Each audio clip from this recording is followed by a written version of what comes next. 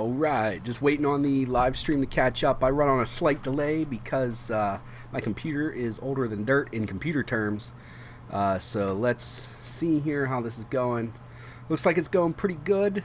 So, alright guys, thank you for joining me on my 2,000 subscriber Ask Me Anything. As the name would imply, you can go ahead and ask me anything. It does not necessarily have to be Heroclix related. Been looking forward to this for a while. We're actually at, last time I checked earlier today, 2,092 subscribers. So we're almost to 2,100 subscribers, which is pretty good, especially for Heroclix. That's actually really good. So super excited for that stuff. So as people come into the live stream, make sure to say hi in the chat. Always fun to take a look at that stuff. And then if you can hear the audio well, go ahead and hit that hit the number 1 on your keyboard so I know that you guys can hear me all right on that stuff. So first of all, for the 2,000 subscriber live stream, wanted to say thank you to the subscribers. You guys are awesome. Without you guys, I'd have 0 subscribers. And it's just really cool. It's weird to think that anybody wants to listen to what I have to say about Heroclix, let alone 2,000 people. So thank you guys for all that stuff, for sticking with me. I know there, about 2 years back, I kind of like took a break where I was just doing unboxings because I was trying to work on my videography skills and sound and stuff like that. So thank you guys for sticking with me for that. Also, I want to say thank you to the Patreon patrons. You guys make a ton of stuff possible.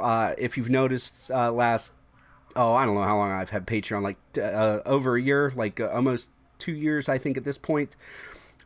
Things like lighting, computer graphics, stuff like that have really improved. And most of that is because of Patreon. I don't really get any funds from YouTube itself, like the YouTube Partner Program. Like, you'd have to get 100,000 or so views to pay for an unboxing. So thank you guys for that. I'm currently using those funds to try to facilitate a new camcorder that has a mic input, so you guys will be able to hear people more clearly at the tables. And then also a computer parts, because I'm going to be building the computer, because to get a computer made with how I want it to be made would be several $1,000s. It looks like I'll be able to make it for between $1,500 and $1,700. That is what that stuff will be doing. I'm actually going to be doing a sale soon that's going to be kind of like a fundraiser for those.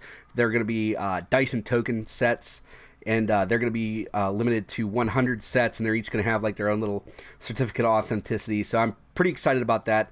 Not quite ready yet. It's taken a while to get the tokens hammered out. So thank you guys for that. I see we're getting a couple people now, so that's pretty cool.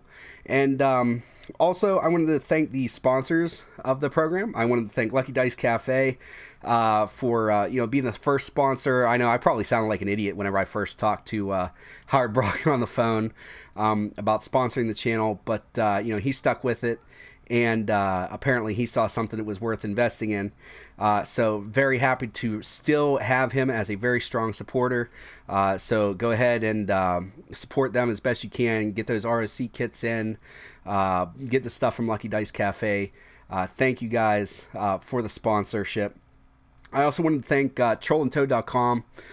You guys also really helped the channel out, helped me grow. You gave me things to unbox on the channel, which is honestly the most expensive thing about running a Heroclix YouTube channel, is getting product to unbox. So you guys made that easier. Plus, you make it so I can hook up my audience with some giveaways and stuff like that. So thank you guys a ton for that. Super happy to have you as a sponsor and remain a sponsor. You guys have been really cool and easy to work with. And then other than that, if you are in the chat, you can post any question you want. I will answer it for you guys. Again, does not have to be Heroclix related. I do have a couple topics just to talk about if it looks like we're kind of running dry on some things to talk about. So I guess while people are getting questions ready and stuff like that, we'll talk about Heroclix Worlds being in Graceland. This was originally going to be just a video by itself, but I decided, you know what, this might be a good place to talk about it. I think that's really cool. I like the fact that WizKids is having their own convention, or it's not even really a convention, is it? It's just sort of a tournament. But I really like that. I think it's super cool. I think not having to buy the con badge is something that's really nice. I've heard that Graceland might not be the best possible area, but I think that, you know, having the Elvis Presley Graceland stuff is pretty cool. It looks like they put together some very competitive packages for traveling and stuff like that. So hopefully they stick with it in the future to make it easier for people to plan travel. Because I know some people like myself, like I have to plan this stuff out like at least 6 months in advance. So hopefully they'll make an announcement after this one that like, hey, we're going to do this same place next year, so that traveling is easier for that stuff. But I just think it's cool. Hopefully we see some pretty cool teams. Looks like there's a pretty decent variety of teams out there. I didn't think Gardner was going to be too much, but that's been a pretty cool team. That's probably been my favorite team to watch so far, is the shenanigans with the Gardner stuff. So I'm going to be excited to see how that stuff goes. So that's pretty much about it for Worlds. I think Tennessee's a good place. And I think Graceland's good. It's just kind of a centralish-ized location. I know it's probably not far enough west to end up being, you know, truly center, but you know, it's definitely easier for some people to get to than some of the other places. So pretty excited about that. So we got some questions coming in. We've got one person asking Marvel or DC. I'm a Marvel guy through and through. There are certain DC characters that I like, but on the whole, if I have to take an entire universe, I'm taking Marvel 1,000% of the time. It's just, I don't know. You know, I heard somebody say a long time ago that Marvel Comics is men pretending to be gods, and DC Comics is gods pretending to be men. And I find the Marvel Comics easier to relate to than the DC Comics, and I always found the stories more exciting. You know, like Daredevil, who you see in the background. You know, a lot more believable that he's going to get his butt kicked by somebody than Superman, who can blow out a star and juggle suns and stuff like that. But yeah, definitely on the whole Marvel. All the DC characters I do like are Flash, Green Lantern, and I'm actually really warming up to Batman. I used to hate Batman, but I actually am starting to really like him a lot. So you never know. I might change my stripes later, but for now, still a Marvel fan through and through. And I'm actually reading a couple books from Marvel right now. The ones that I'm reading right now are Immortal Hulk. That's been a really good run. I like the other than, I think it was issue 2, the art was so bad I thought about taking it off my pull list because I don't know who was the artist on that one, but it was terrible. It was either issue 2 or issue 3 was terrible, but I actually really like the story for that one. I've been reading the current Venom run. Name is F.S. Cello. Okay, yeah, so that's who asked about the Marvel or DC. I didn't want to say it wrong because I know a lot of people get upset whenever I do that, and I don't do it intentionally. I'm just bad with names. But I'm reading the current Venom run. I did have the Fantastic Four on my pull list, but I did not like how it was being written. I don't think that the writer understands how to write the Fantastic Four at all. It was actually getting really upsetting, so I was like, this isn't on the pull list anymore. But I'm super excited for the Jonathan Hickman X-Men stuff that's coming up. I put all that stuff on my pull list, so I'm really excited for that. Hopefully Marvel can get a few good writers back in the pen, because the few, they have like one or two good ones right now, and on the whole, I don't care for most of them. But hopefully this Hickman thing's a turnaround for him. Then F.S. Cello is also asking, How if I'm an MCU fan. So the answer to that is yes, I'm an MCU fan. I like pretty much. I don't think there's been any of the MCU movies I just flat out haven't liked. I guess Thor: The Dark World was probably like the low spot for me as far as MCU movies. I was like, why am I here for this? I don't think they understood what to do with Thor at the time.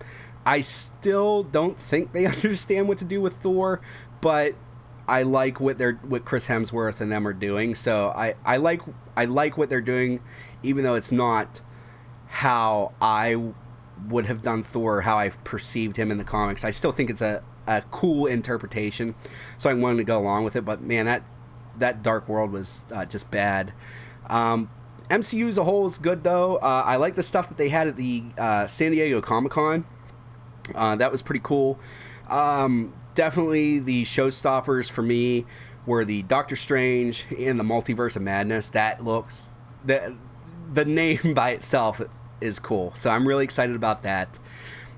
Scarlet Witch is going to be in it, so she's... that's going to be cool to see those two spell wielders beside each other for an MCU movie. And then Blade... I am so excited for that actor that they got that played Cottonmouth in the first season of Luke Cage is so good. Like, don't even act like you cared about Cottonmouth before that first season of Luke Cage. This guy was so good. He took a character that I couldn't have told you a single thing about and made it so that I was like, this thing is awesome. So I'm really excited to see him. I hope that they find a role for Wesley Snipes and Chris Christopherson in the new movie. I think Chris Christopherson's probably a little old now to even play Whistler, but I'd like him to be in the movie somehow. You could race bend Whistler to make him Wesley Snipes. I think that'd be cool. I don't want to see Wesley Snipes just be like some random vampire that just gets off. I want to see him have a significant role, because to me, that was like the first, even though it's not in the MCU, that was the first MCU movie. And that thing was awesome. It was cool from the jump. So hopefully they treat him right on that. So we've got Liam O'Neill. I'm just starting to play Heroclix. I started playing Batman the Animated Series. So that's a cool set. I love pretty much every sculpt in that set, so that's a cool set to start on. What would you recommend someone starting out that wants to play competitive but is unsure about purchasing meta figures? Well, my suggestion would be, if you're thinking about playing competitive, is I would start off looking at what's going on in the Pauper circuit and acquiring those figures and playing it, because you can acquire that whole team like what I was seeing run, which was like a bunch of giant girls, Medusa, Voyager. I think some people had crystals and AIM Red. You can get all that for, I don't know, $25, let's say. That's pretty good. And if you like playing against that stuff, you'll like playing competitive. If you don't like playing it, you're not going to like playing competitive. Now, if you're worried about like money for it, like you don't want to put out all the money for a particular team, what I would recommend is buying like the ID cards that you need and the figures that go with the ID cards, because those pretty much go with every team. Same thing with the Trouble Alert figures, and that's the expensive part of most teams anyway. And like I said, those go from team to team to team to team. That's pretty much the constant that runs. So I would acquire those, and then take a look at whatever team suits your play style best, and then try running that with your off-board stuff. Because, like I said, that off-board stuff's just going to be constant for you. So it's not like you're going to buy 90% of a team and then realize you either A, don't like it, B, don't get it, or C, it's not competitive anymore. So it's not like you're investing $200 in a team only to find out you don't like it. You're investing, that couple $100 in your off-board stuff, and then you're able to just figure out what you want to do from there. So that would be my suggestion on that, Liam. So Dave, who is Dave Sisak, he's a local guy. He's also a Patreon patron. Is any traction with only commons and uncommons in tournaments? You and other channels were trying to get WizKids to somehow promote that over the meta scene. From what I understand, they are not a fan.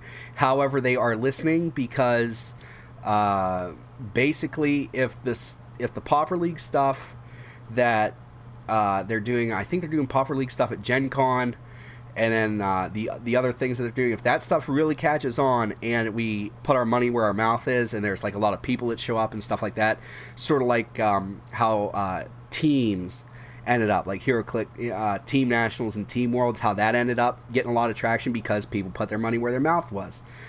So if people are willing to put if people are willing to put their money where their mouth is and do the Pauper League stuff and show up in mass for it, that will be something that they'll consider. I don't see why they've been so against it. Somebody told me that they feel like it'll hurt sales. I don't see how a format that's only commons and uncommons hurts your sales of Blind Booster, because that's what they're worried about. Is they're worried about Blind Booster. It's been basically outed that they do not care about the secondary market, so their only concern is if you're willing to buy the Blind Boosters.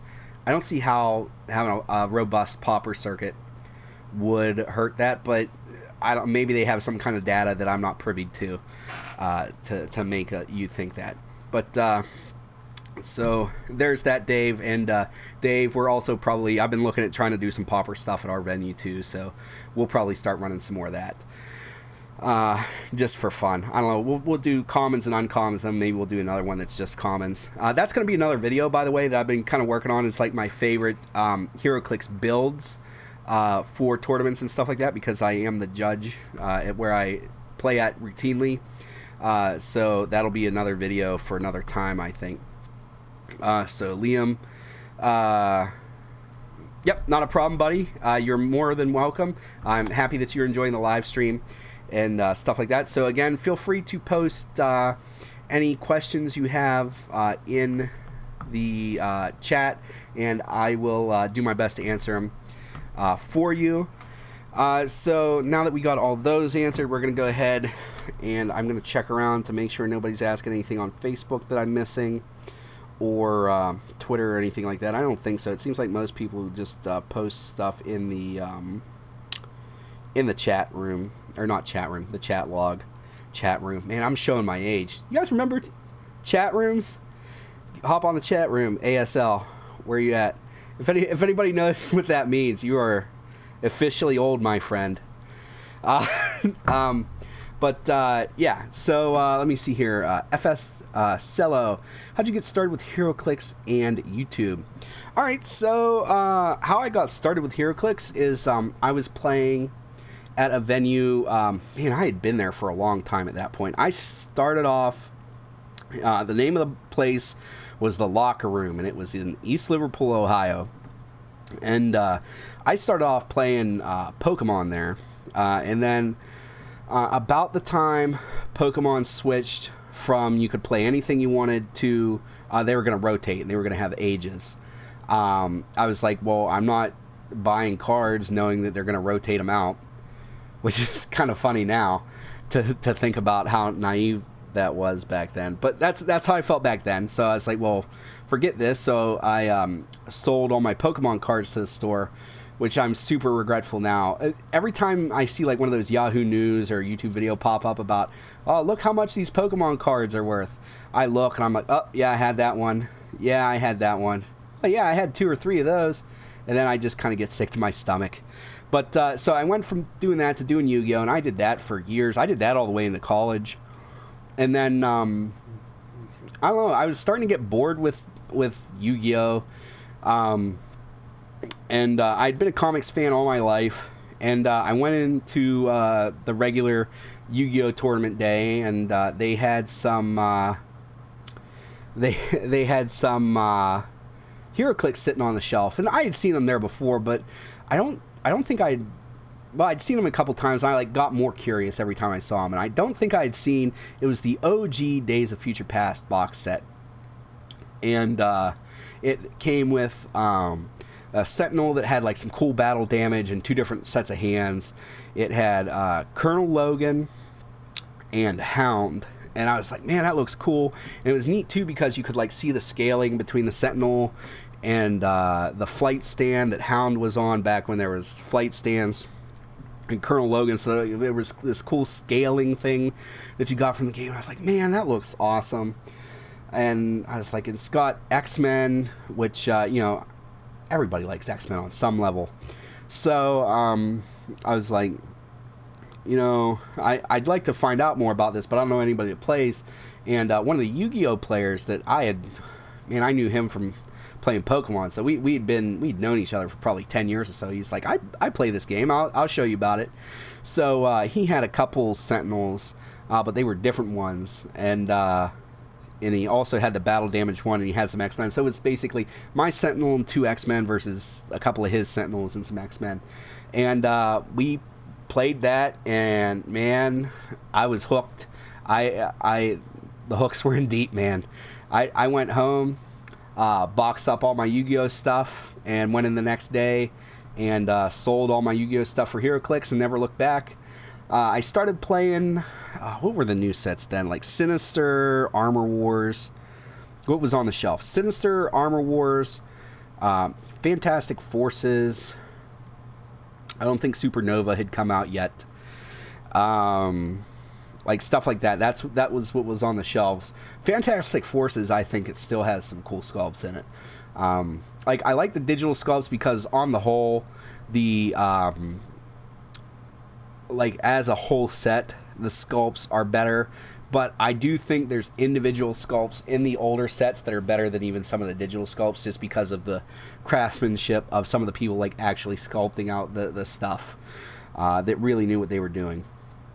And then the YouTube thing, I don't really know. I was just, well, let me think here. Who was on? There was Ryan from Glass Cabinet Films, and there was, man, I can't think of the 2 guys, the dad and the son.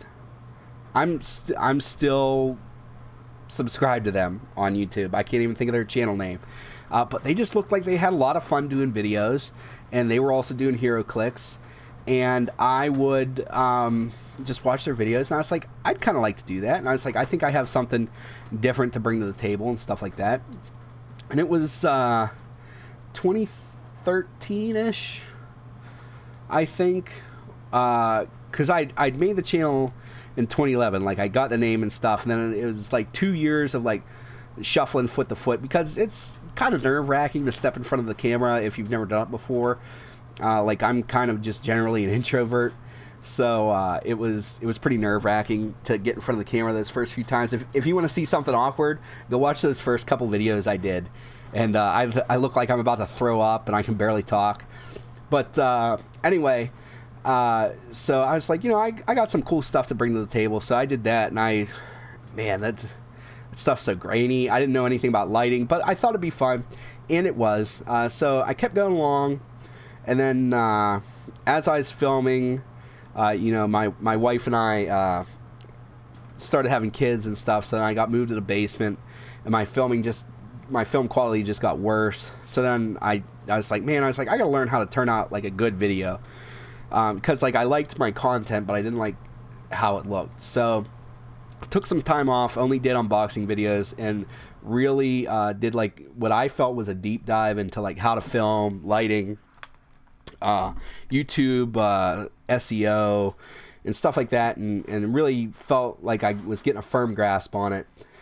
And then that brought me into like late 2016, 2017. And then I basically relaunched the channel, even though it wasn't really a relaunch. Updated my graphics and stuff like that. Asked my wife for a little bit more help because she's went to college for graphic design. And I think it's been going pretty good since then. Jumped from, what did I have? Like right around 700 subscribers in late 2017 to now like almost 2,100. So I'm doing pretty good. Still a few things I'd like to improve, but mostly right now I'm limited by my PC hardware on doing what I want to do. So that's why I'm trying to do that stuff. Let me see here. We've got, thank you, Ingus58, for the 2,000 subscribers. Congrats. Charlie Thomas is also a Patreon patron. What would your high dollar dream team be if you didn't have to worry about price tag of some of the expensive pieces? Man, that's a tough one. I guess we're talking about 300 modern. So if price wasn't an object, what would I do? I don't know, man. I really like the Ultra Chase Thanos. Actually, I had him out because I was doing a video for him, and he's going to be in a couple videos. I guess he'd be in there. I don't really know. I have no idea. I know it involved this guy somehow. Man, I don't know. Trying to think. I'm fortunate in the fact that I was able to trade for most of the stuff that's high end, but I know there for a while I really wanted to run an Avengers team with Hawkeye and Star Fox, and man, I couldn't get all the pieces together at the same time in trades, and it was just too expensive for me to get. But yeah, it'd probably be some sort of sick Minions of Thanos team that I'm not even sure about. But just to sort of springboard off your thing though, like if I high dollar team, regardless of price tag, if we're talking Golden Age, I'd really like to do the Marvel Zombies. A Marvel Zombies team would be really cool. Those original zombie chases from Supernova still command a pretty high dollar amount. I got lucky one time. I pulled the Captain America zombie, and I ended up trading them away later on in life. But yeah, that's really cool there. That'd probably be the one. If money was no object, I'd pretty much acquire all the Marvel Zombies and run a team of just that, if we're not talking about 300 modern. So that's a cool way to keep me thinking, Charlie.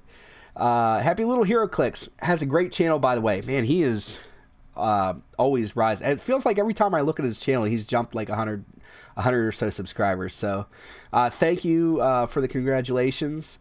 And am I going to Worlds? Sadly, I'm not able to. This year I'm not going to Worlds because it's a very busy time of the year for me at work. I live in southwestern Pennsylvania, and it's high school football season that time of the year, which and it's really big here in southwestern PA. And my job is an athletic trainer, so if anybody gets hurt, I have to take care of them and do like immediate medical care for them. Is the basis of my job, and I'm the only one there, so if I take off, they have to like get somebody from the outside and like step and fetch and stuff like that. I'd like to try to go next year if I can, so hopefully they keep it at the same place and at the same time so I can plan for that accordingly. But yeah, it just doesn't seem in the cards for right now, but I am super stoked that it's in. I think the Graceland idea is cool. I think not having it at a con so you don't have to do a badge is equally cool. So thanks, thank you for the well wishes. Happy Little Heroclix. I'm gonna have to try to get back at you too to do a collaborative work, because I don't know, I miss your over the intercoms Musk. But anyway, Cesar, man, I'm sorry, but Gonzaras, sorry if I mispronounced your name. What could become after X-Men animated series? What do you think? So I guess, what are you asking about? Like, what's going to happen to X-Men after the X-Men animated series? I think that it's going to do okay. I think Hawkeye being out is definitely going to help X-Men come back a little bit. However, Vulture's still lurking out there. The boys and the Flappy Bird are out there. I think Vulture lost a little bit by not having the Joker gas canister anymore, but there is Colonel Poison, and he was never like on a theme team for it to matter that he's running Colonel Poison. But yeah, I think X-Men will come back. I think there's going to be one last hurrah from somebody before they retire next June. I'm just not sure what form it'll take. I think, depending on how the Colossals look, if they can get some good Colossals with good Colossal Retaliators, I think that will tell you whether or not X-Men are going to come back or not. If there's no good X-Men keyworded Colossal Retaliators, I think it'll probably win one or two smaller tournaments, but ultimately it's not going to win Worlds. But if they come back and they have like a Colossal Retaliator, Phoenix empowered Jean Grey or something like that, I think then you'll see X-Men starting to creep back up in various different ways. So which set is my favorite? Oh man, my favorite of all time set? Man, those old sets are so good, like the Fantastic Forces and the Armor Wars and stuff like that. But I guess if we're talking like in the modernish age of HeroClix, I really like this Black Panther set. I know that sounds like kind of stupid, like the newest set's my favorite set, but I do like that one a lot. And then I really liked the Mighty Thor set when it came out, or I'm sorry, Hammer of Thor set, the one that came out right when like WizKids went under, and then there was like a couple years of there was no more HeroClix, and then NECA bought them. That was a really good set too. Those are probably my favorite ones. I actually really liked, and I know that I said earlier in the video that I wasn't a huge DC fan, but I actually really got a lot of enjoyment out of DC Rebirth. However, my least favorite set of all time is also DC, and it's Blackest, Brave and the Bold. The sculpts were terrible, and the figures were just as bad. Yeah, so we'll definitely try to meet up next year at Origins for Happy Little HeroClix. That'd be cool. Always like trying to meet new people and stuff like that.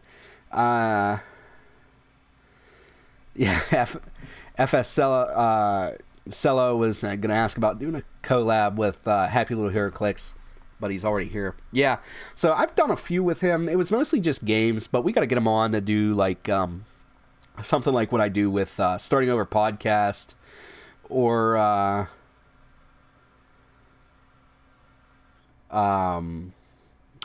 whoever it is. I do stuff with him all the time. Dial H for HeroClix. Oh man, Calder's even on my HeroClix team for U.S. Nationals. He'd be really upset if I couldn't think of his channel name.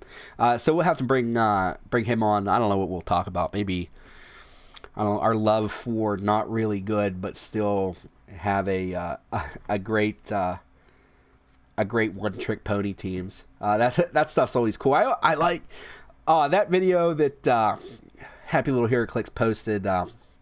Was it yesterday or the day before? That was 21 seconds. I was like, man, he must have accidentally uploaded something stupid or something. Then I looked at it and I was like, that is quality entertainment. So probably best 21 seconds I've spent on a video in a long time. So yep, we are live, and yeah, that's what we're doing. I don't go live very much because my computer really doesn't like it, but since I picked up the second monitor, and I don't have to switch back and forth between the broadcasting software and window and the live window to like make sure that it's still feeding, like I can keep them up at the same time, it got a lot better. However, on the screen that has like YouTube up so I can monitor to make sure YouTube's doing what it's supposed to, it says that I'm live, but like my image has been just stationary for like 10 minutes or so. So the new computer I'm going to get is put together. It's going to have 32 gigabytes of RAM though, so it'll more than handle what I'm trying to do right now. So that's pretty cool there. I have a video actually about it on Patreon that has all the parts lists and stuff like that. B tier, best tier. Yes, B tier is best because you can always catch somebody sleeping with that B tier team. Because they, everybody. What was it? There's a Man, I wish I was better with quotes like that. You know, sometimes, do you guys ever have something smart to say and then you can't remember who said it to like finish it off so that you sound all the way smart and then you're like, well, I'm just going to sound dumb. But so anyway, it's that you know, the number 2 swordsman doesn't fear the number 1 swordsman, and the number 1 swordsman doesn't fear the number 2 swordsman, but they both fear the last rank swordsman because you don't know what they're going to do. You know, the number 1 and number 2 guy, they know what they're going to do. As soon as you set down your team, you know what's going to happen. You know what they're going to do. But when you play that guy that's running some crazy jank that you've never seen before, that's when you're like, ah, man, I don't even know what's going on. So that's B tier is best tier. That's great. Anti-Kobik and Trader team thoughts.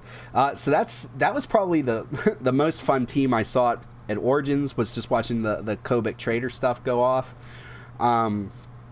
And I think basically what the champion ran is basically your best anti Kobik Trader team, is that you need basically 2 main attackers, because if you run a 1-man army, if you run a tent pole, if you run anything that doesn't have at least 2 or 3 solid attackers, that Kobik Trader team is just going to lock you down with the cube. You're not going to be able to do anything. I would like to think that you might be able to do something with like some kind of a lamp team, like catch him sleeping with that.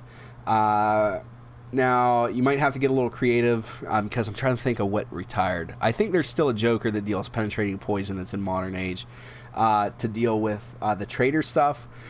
But, you know, if they're double tokening you, but you're able to poison and make it penetrating poison, you might be able to deal with that. But then I don't think that'd do very good against Vulture teams, stuff like that. Like those hyper aggro teams right now are a little bit tough to deal with.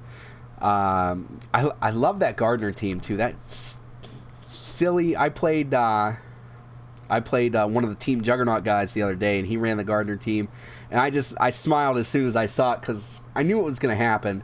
But I was like, why didn't I think of that? So that's just been really cool too. I think that'd probably run over a lamp team too. But you never know. Somebody might run it a lot better than me. So again, feel free to put in comments there. I enjoy reading that, and this is just going to go as long as it needs to go. I don't really have a set time or anything like that. So actually, we already covered a lot of stuff that I had in here in case we got stuck with nobody asking any questions. So we've got plans for the channel moving forward. Some cool things that I'm hoping to start bringing to you guys are top 3 for individual characters. I've been doing the top 10 videos for a while for like rarity and sets and stuff like that, and that's really well received. It's one of my best videos. Like, it gets the most views and most watch time and stuff like that. But they're pretty hard to produce. There's a lot of editing. Like, it's not hard to do everything, but it just takes a lot of after the recording stuff to put them together. So I think top 3 is going to be the way to go for individual figures. And then during those top 3 figure videos, there's also going to be a team for what my favorite figure was out of those 3 figures.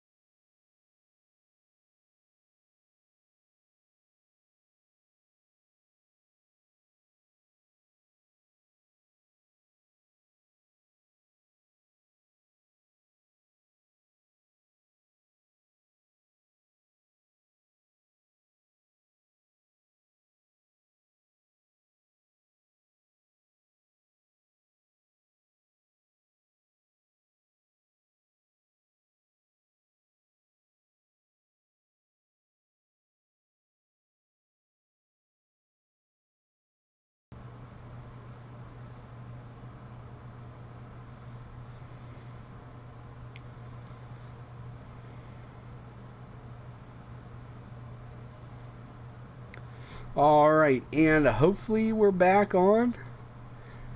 I'm not sure, but anyway, thank you for sticking with me. I think I fixed my sound issue. So hopefully, yep, okay, it fixed. I don't know what happened. My program froze. Anyway, sound got cut out, but we are now fixed. We have Colonel Poison does penetrating poison. Yes, that is correct. I don't know why. I never think of Colonel Poison. But what other than TV shows, Heroclix sets do you wish WizKids would make? Oh man, I've talked about this before. Probably the biggest one would be a Shonen Jump Heroclix set. For a while there, I thought they should make basically just a Dragon Ball Z set or something like that. But I think they get more mileage out of the entire Shonen Jump catalog. So that's definitely what I think they should do there. We're getting Trek, and this Mr. Devon. I'm sorry. Like I said, I'm bad with names. We're getting Trek and WWE and Dark Phoenix vids. You're definitely, if there's a market for Trek, I'll do Star Trek videos. Definitely getting WWE, Dark Phoenix videos. Yes, you're definitely getting those. FS Cello, I still want the new ABPI Doctor Strange. What PC do you want? Haven't gotten your hands on. Well, I'm not buying a specific PC. I am buying parts for a PC. I went online, did a lot of research, and I'm going to be getting there's a specific motherboard. I have it written down somewhere. I can't think of it off the top of my head. That will be upgradable and basically kind of future-proofing it myself. That can handle the CPU, GPU, and RAM memory that I want. So that's what I'll be getting. I'll be getting an Intel Core i9 99K CPU. So that right now it's a little bit of overkill for what I want, but it leaves me leeway to, if I need to do more stuff in the future, I'll be able to do it. I'm going to be getting a I can't think of the GPU that I'm getting, but it'll be good for processing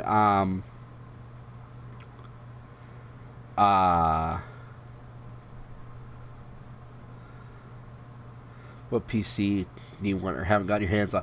Oh, okay. So he meant Heroclix rather than computer. But anyway, the computer stuff's cool. Heroclix that I haven't got my hands on. Man, I really want that Falcon Rare Prime. I haven't got my hands on that stupid thing. Seems like he really dropped in price, though, so I might just bite the big one and go ahead and buy one of those. They seem to be right around $20 right now, shipped, so probably pick one of those up just because it's cool. Other than that, it seems like there's always that one figure that you like can't pull. I've had a real hard time too getting the rare Enchantress from Avengers Black Panther. And I really want the Black Canary super rare from Rebirth. I think she's really cool too. So Dave, you don't need captions. Apparently my live streaming software decided to stop working. So, but anyway, yeah, that's basically what's going on with the channel. Is just stuff like that. So, yeah, I feel real silly now for going on about the computer whenever you meant Heroclix.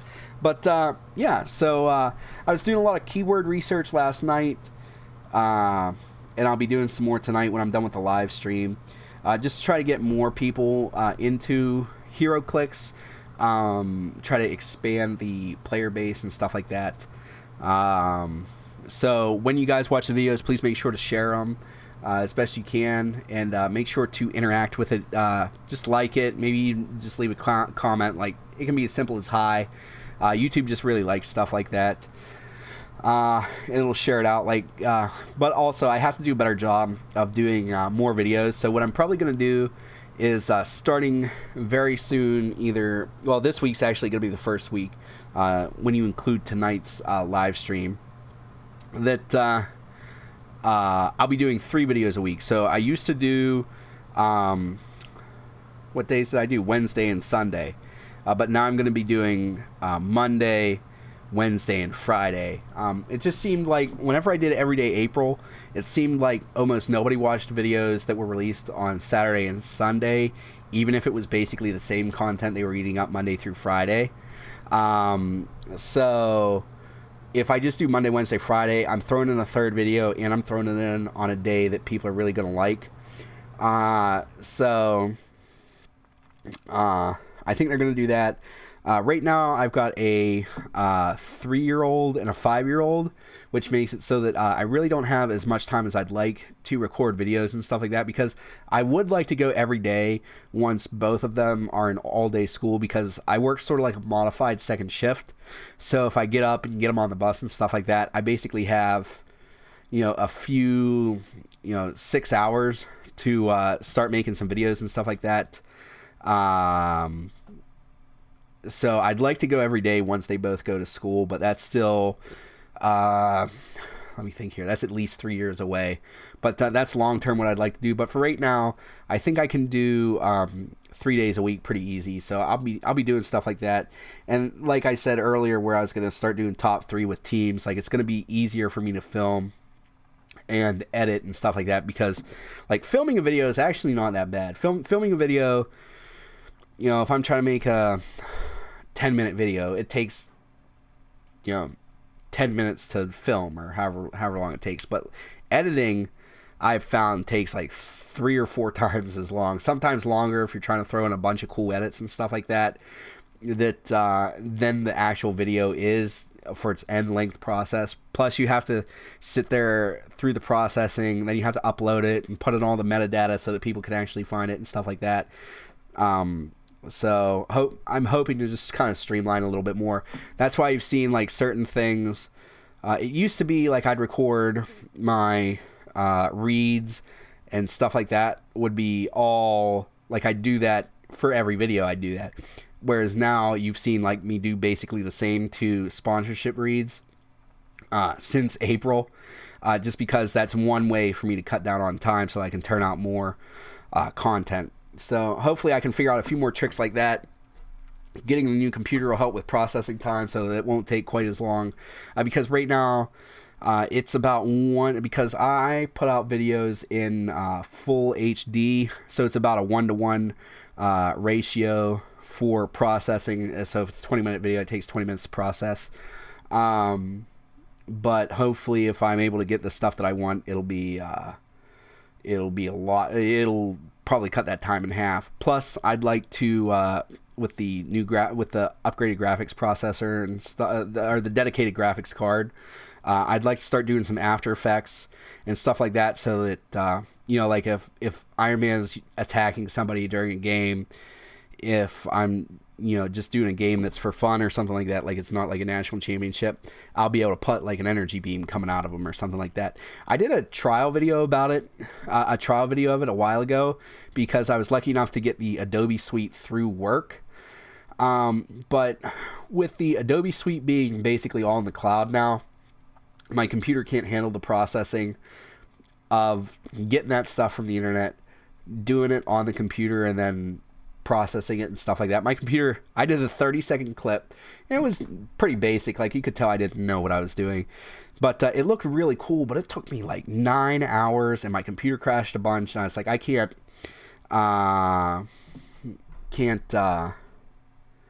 do this all the time. So hopefully with the upgrade, I'll be able to do some more cool stuff like that.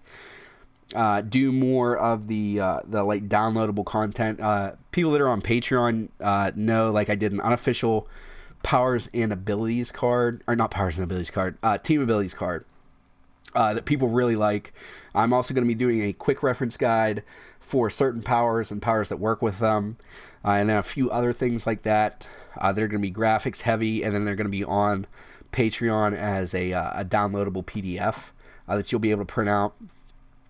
So if I get the upgraded computer, I'll be able to do that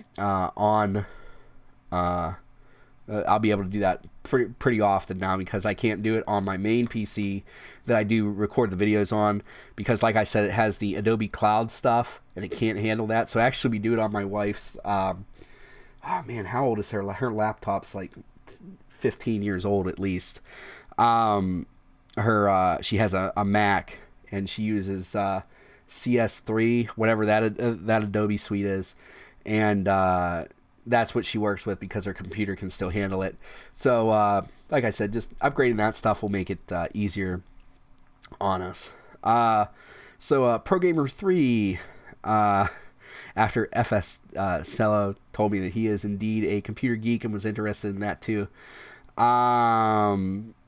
But yeah, those are all the upgrades that I'm looking to make. I'm probably, whenever I do the video for the Dyson token packs, what they're going to be is, it's going to be a Patreon is going to get first pick. They're going to get to pick their numbers 1 through 100.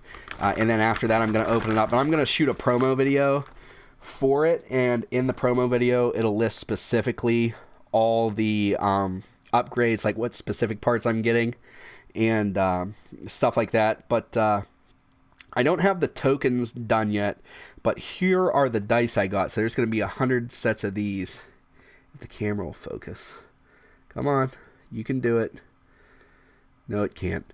But anyway, these are, there it is. So they're kind of translucent, have some sparkle to them. So there's going to be 100 sets of these. So you're going to get 1 set of dice, 2 light object tokens, and an exclusive Mr. Heroclix bystander on a poker chip that's going to have a pretty cool special power that isn't going to be necessarily tournament legal, but it'll be cool. I'm sure if you clear it with your local judge, you'll be able to use it. It's not going to be super OP, but it's going to be neat. And then a certificate of authenticity on like a business card size thing, because I'm only going to be making 100 of them. So looking forward to that. So let me think here. So anyway, in that video will be the specific hardware components that I'll be getting. So if you want to check that out, that video will be as soon as I finish up the poker chips, so I can show them in the video. So hopefully in the next week or so, that video will be up. So Pro Gamer 3, hi Mr. Heroclix, what do you know about Challenger and competitive scene? I actually, on my I have a notebook that I keep basically all my video ideas in, and there's a Challenger team in there. Basically what I have is a variant of a Don't Die team. I don't want to spoil the video for you, but it's a variant of a Don't Die team. I think he has the possibility of being competitive,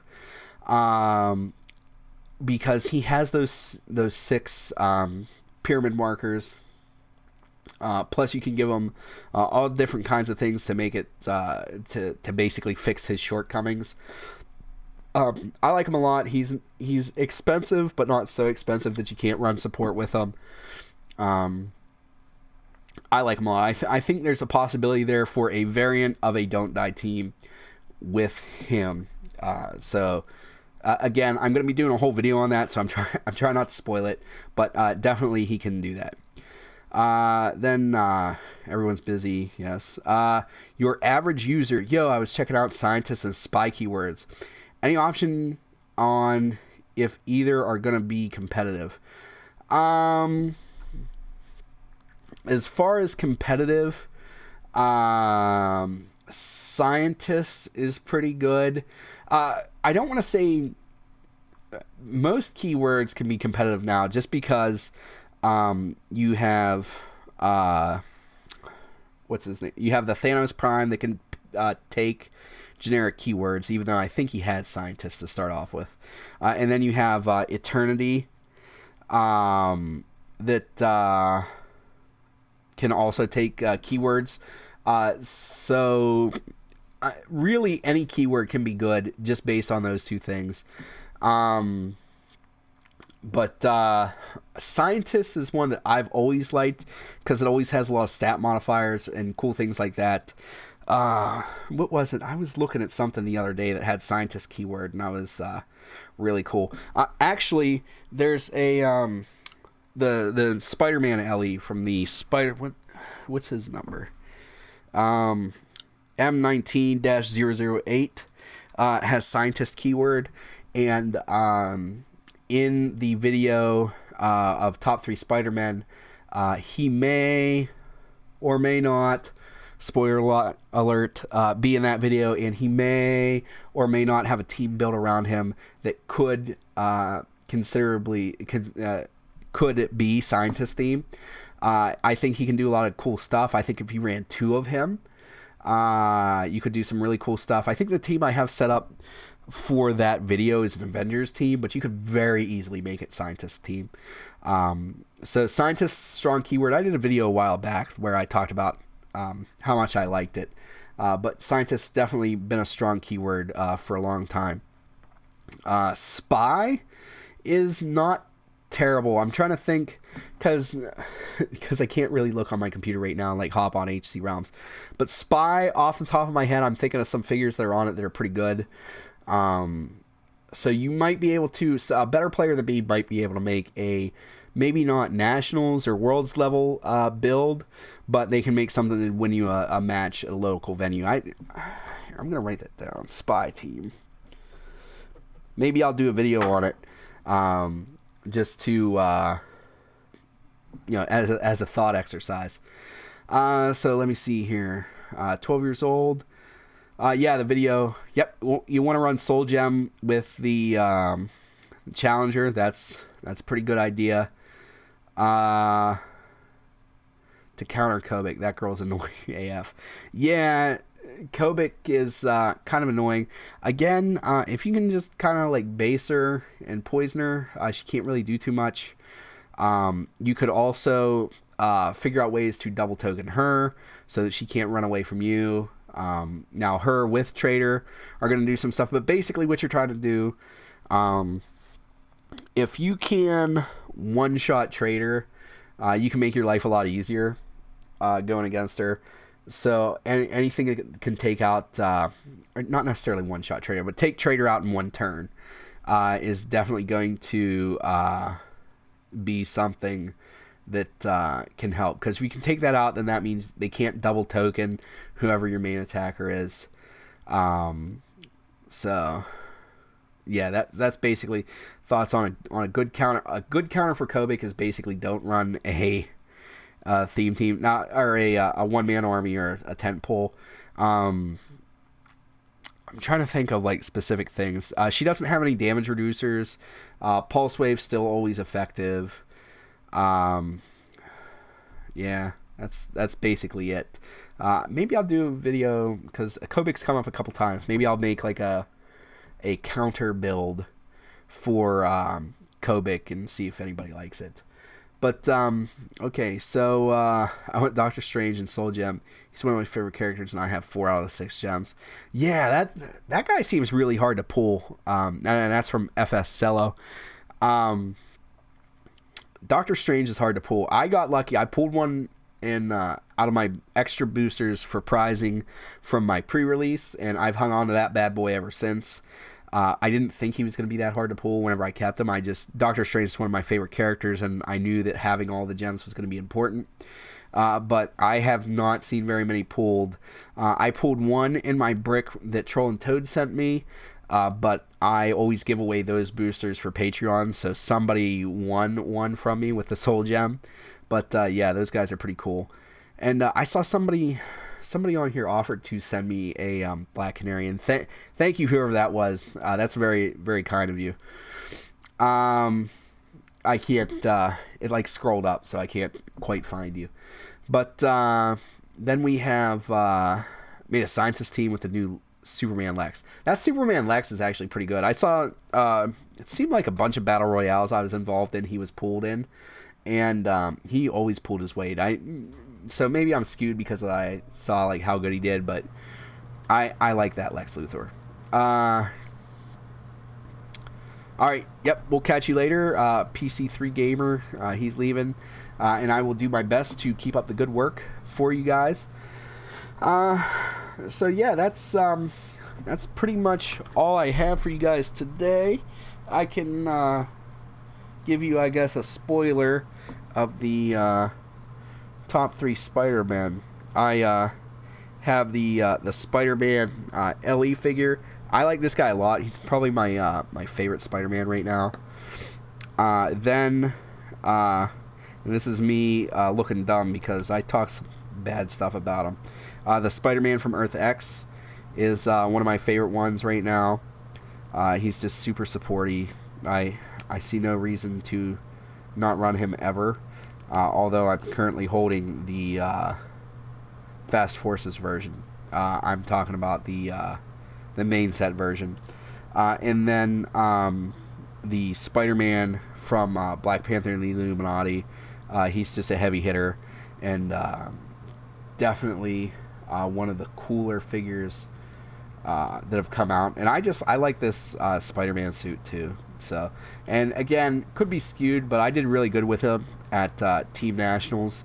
So I think he's always going to have a special place in my heart. So we got, oh man, I'm not even going to try to say your name. Why WizKids release so many sets per year?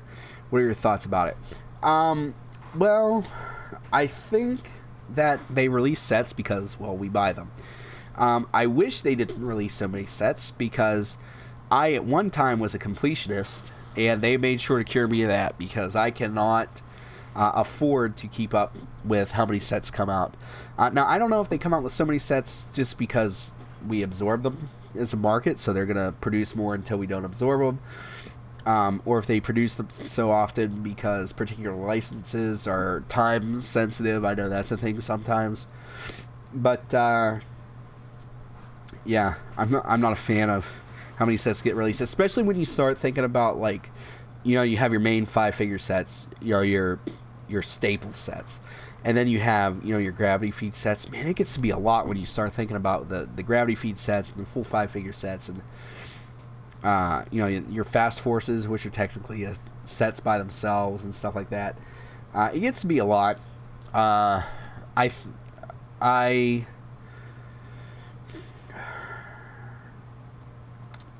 wish they would just make more. I wish they would make fewer sets but have more figures in the set, like 100 figures, let's say, per set, and just not repeat as many figures per set.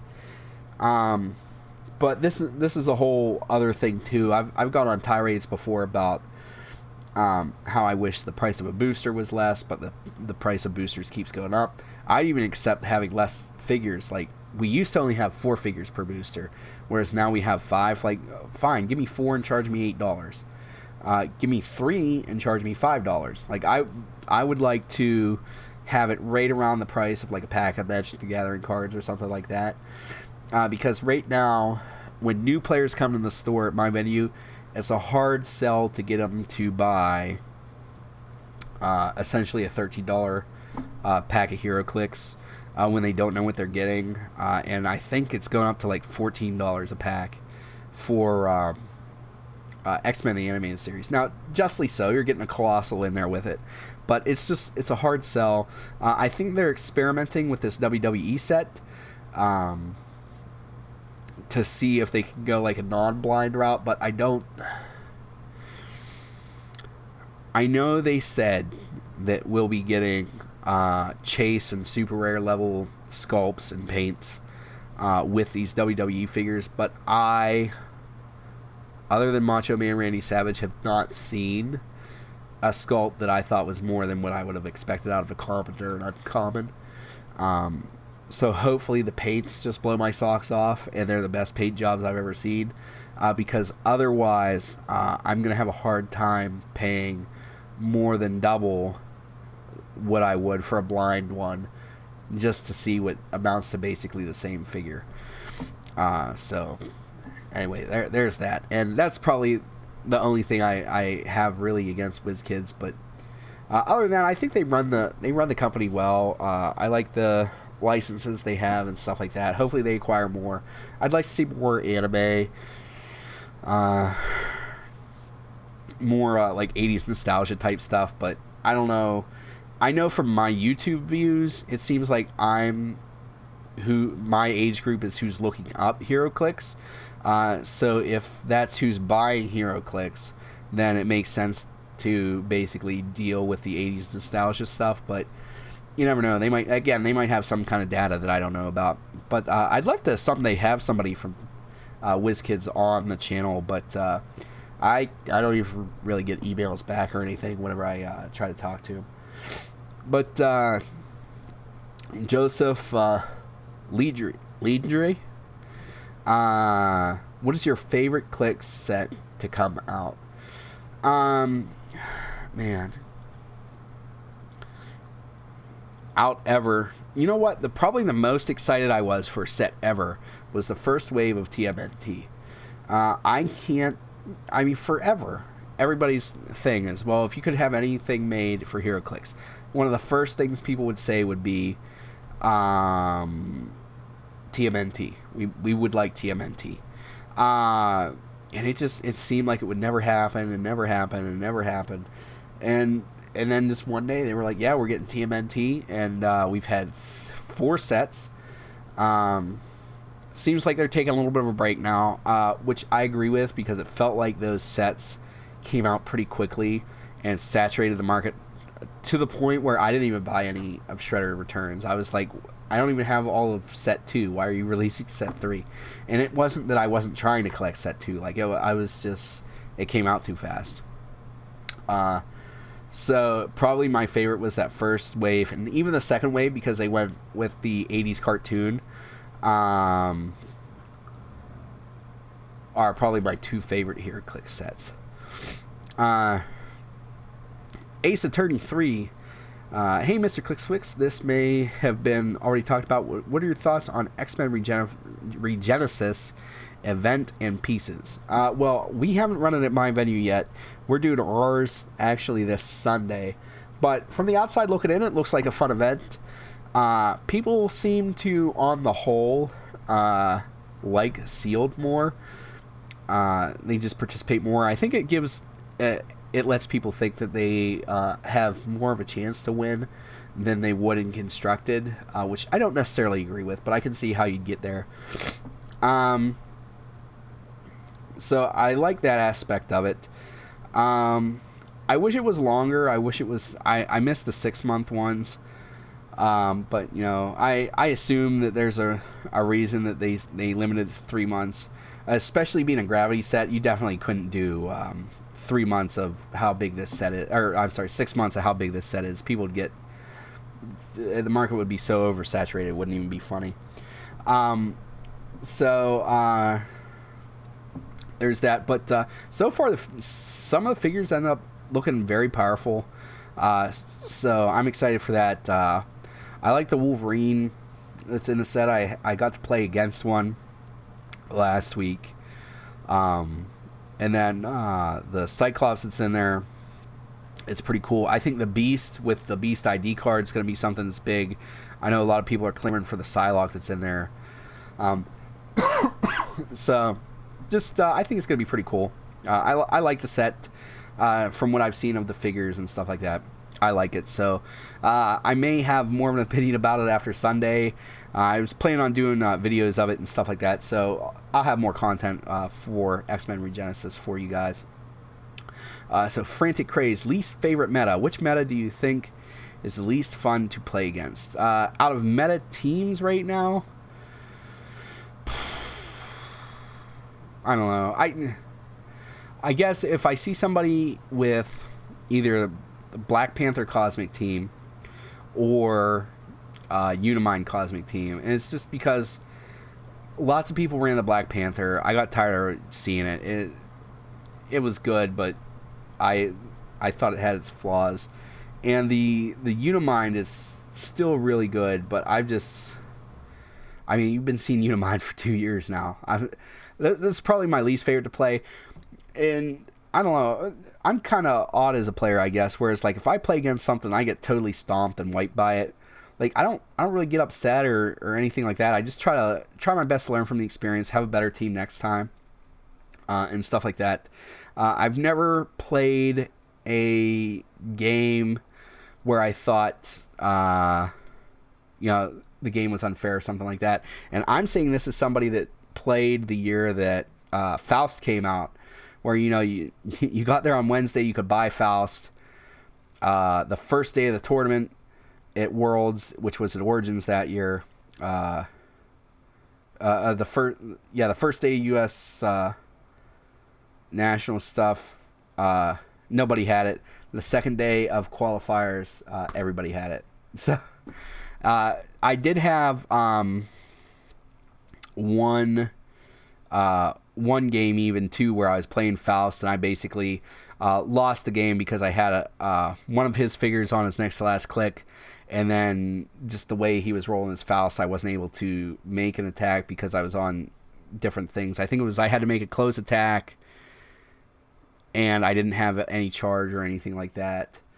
So I had to stay, or like I could only make move actions and stuff like that. So I did have a game where I had to sit there and watch for 20 minutes, but even with that, I had fun. I've never had a game that I thought wasn't fun. Again, just like Unimind and stuff like that, I get bored just because, once you see it played, there's so many variants of it that you're really going to see that are hyper competitive. And once you see it run, the optimal way that it's going to be run, so you can almost play it for the other person, and then basically you're just sitting there for the variables of the dice rolls and stuff like that. I hope in All New X-Men Clicks we get a Nightcrawler. I really like Nightcrawler. I hope we get one. The animated series, I don't know why they picked specifically the Dark Phoenix saga, but I don't know if he was in that arc on the animated series, but I'd like one. I saw they had a Colossus in there too, so there's a chance he might be in there. Nightcrawler is one of my favorite X-Men, so pretty excited about that. And that was from Lil Tiger. Ace Attorney 3. Are there any resources you would like to see modernized? Personally, I miss making other characters part of the Lantern Corps, but the batteries to me were too powerful.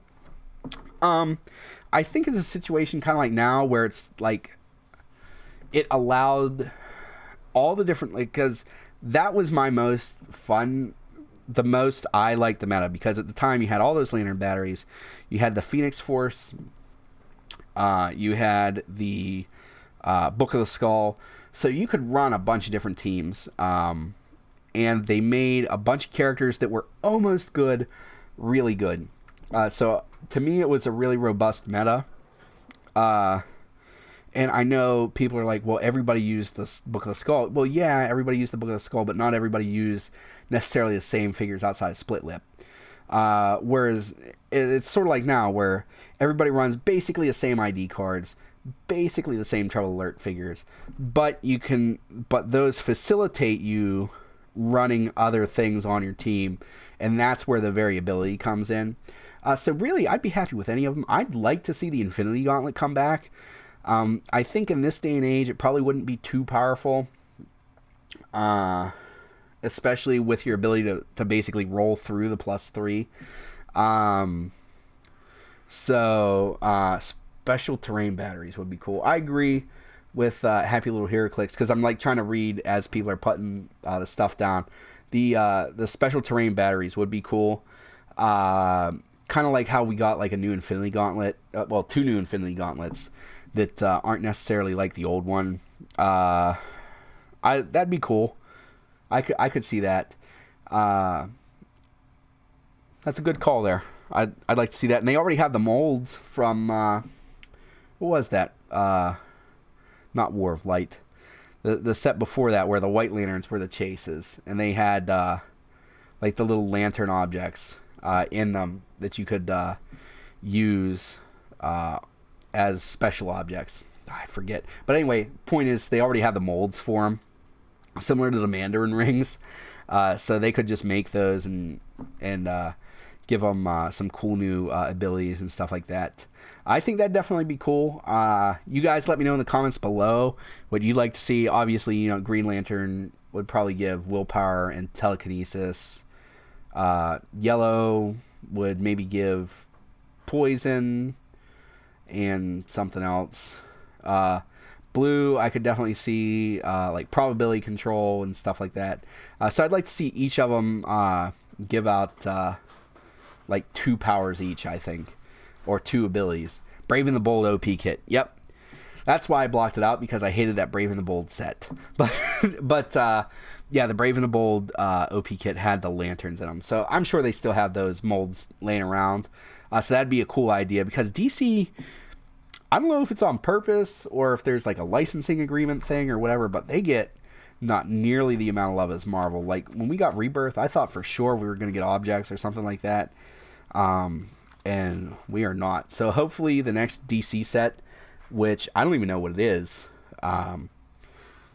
has some kind of objects, and they're pretty good. Because the next set that I know of that's coming out, that's a big one, is going to be the Dark Phoenix one. And then I'm not sure after that, so I'll have to look that up. But hopefully it has. The more I think about it, the more I'm like, yeah, Lantern objects would be cool. I don't know what the name of the set would be, but it'd be, I don't know, Hal Jordan and the Green Lantern Corps or something like that. But yeah, that'd be cool. And let me see here. I'm just making sure I answered everybody's questions. Let's check Facebook and stuff like that. Make sure I didn't miss anything there.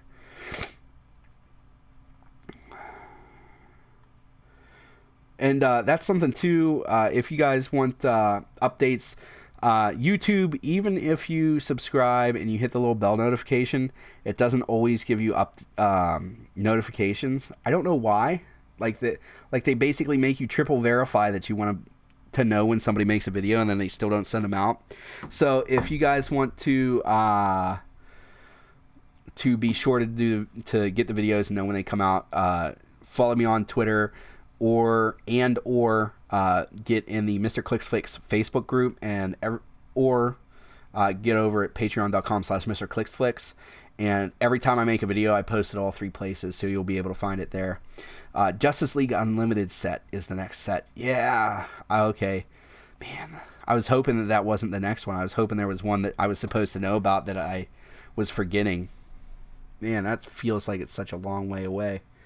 Because they did that, and then there's the Captain America set, I think, too, that's going to come out, which I'm super excited for. But I'm excited for Justice League Unlimited, too, because I feel like the Batman the Animated Series set on a whole had the best sculpts I've seen in Heroclix ever.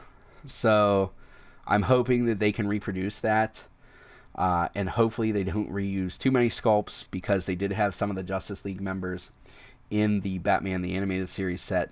But yeah, Justice League Unlimited is so far away. I did see, though, they're supposed to be doing Legion of Doom is going to be the chase set, and they didn't say it directly, but they basically implied that they'll have some variant of Trouble Alert that will be for them. So that's going to be pretty cool to see that type of stuff. So I see somebody else posted a question, but I'm waiting on it to update here. John, X-Men the Animated Series is the next set to come out, but the set after that, I think, is like the next main set is going to be Brave and the Bold, and then the Captain America set, I think, although I'm not 100% sure is how that goes. But yeah, X-Men the Animated Series set comes out in September, so I'll be definitely getting a case of that for myself. I'm a little leery because I heard there's a Super Rare Prime Colossal figure, so hopefully it's not too good. But I don't know. Last time I thought I wasn't going to pull the big figure from a set. I ended up pulling 3 of them.